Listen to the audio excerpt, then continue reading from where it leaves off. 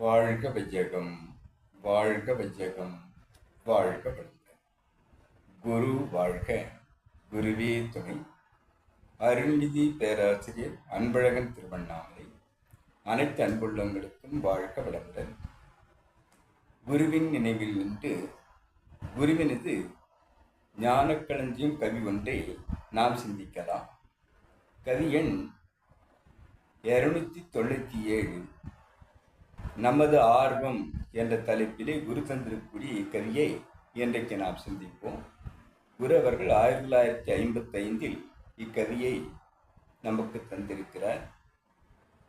உடல் வலிவோடு அறிவு திறன் ஒன்று சேர்ந்து உழைத்திடுவோம் முயற்சியுடன் விளைவை கொண்டு குடல் பசியை தீர்த்திடுவோம் மட்டுமல்ல, குவித்திடலாம் பணம் என்ற குறிப்பால் மட்டும் அல்ல, கடல் சூழ்ந்த உலகில் வாழ் மக்கள் தேவை. கண் காதால் எண்ணத்தால் அறிவை தாக்கி கடல் வேகம் நாம் ஏற்கும் தொழிலில் ஆர்வம் சுகதுக்க நிலையறிந்து கடமை செய்வோம். வாழ்க வளமுடன். உடல் வலிவு ஒவ்வொருவருக்கும் எவ்வாறு இருக்கிறதோ அதை பொறுத்தும், அவருடைய அறிவு தரத்தை பொறுத்தும் இவை இரண்டையும் ஒன்று சேர்த்து கொண்டு உழைத்திடுவோம், தொழில்களை செய்து முயற்சியுடன் அதற்கு வரக்கூடிய விளைவை கணித்து கொண்டு நாம் கடமை செய்ய முயற்சிப்போம், உழைப்போம். குடல் பசியை தீர்த்திட மட்டும் நாம் உழைக்கிறோம் என்பதாக இருக்கக்கூடாது.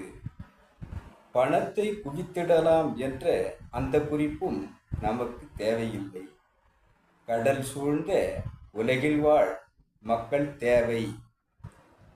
கடல் சூழ்ந்த இந்த உலக மக்கள் அனைவருக்கும் தேவையை பூர்த்தி செய்வதற்காக நாம் பார்க்கும் கண்ணாலும் கேட்கும் காதாலும் மனதாலும் நினைத்து அறிவார்த்தமாக கடல் வேகம் கொண்டு, கடல் எவ்வாறு எப்போதும் அலைவாய்கிறதோ அதுபோல் நம்முடைய ஆர்வத்தை மேலோங்க செய்து நாம் ஏற்கும் தொழிலின் ஆர்வம் அவ்வாறு அமைவதாக நம்மை மாற்றிக்கொண்டு சுகதுக்கம் செயல் செய்வதால் வரக்கூடிய அந்த விளைவை, சுகதுக்கத்தை நாம் நிலையறிந்து இதை செய்தால் சுகம் வரும், இதை செய்தால் துக்கமாகி போகும் என்பதை விளைவறிந்த விழிப்பில் இருந்து நமது கடமையை செவ்வனே செய்ய அனைவரும் முனைய வேண்டும், ஆர்வம் கொள்ள வேண்டும். சுகதுக்கம் இன்ப துன்பம் இதை செய்தால் அனைவருக்கும், தனக்கும் பிறருக்கும், தற்காலத்திலும் பிற்காலத்திலும் உடல் உணர்வுக்கும் துன்பமில்லாமல் இருக்கும் என்பதை அந்த விளைவறிந்த விழிப்பை கொண்டு ஒவ்வொரு செயல்பாடையும் கடல் வேகமாக பார்க்கும் கண்ணாலும் கேட்கும் காதாலும் மனதின் எண்ணத்தாலும் அறிவார்த்தமாக நாம் சிந்தித்து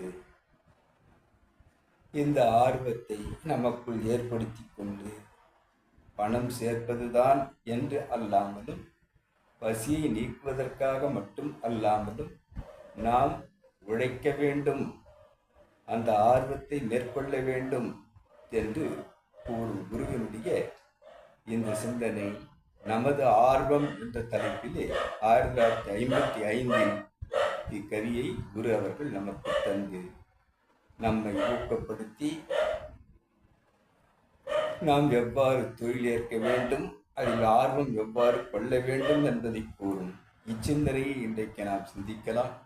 கவிதந்த குருவிற்கும் என்னுள் விளக்கத்தை ஏற்படுத்திய இறைநிலைக்கும் இதுகாலம் சுயமடித்த அனைத்து அன்பு உள்ளங்களுக்கும் நன்றி, நன்றி, நன்றி. வாழ்க வளமுடன் என வாழ்த்தி நிறைவு செய்கிறேன். வாழ்க வளமுடன்.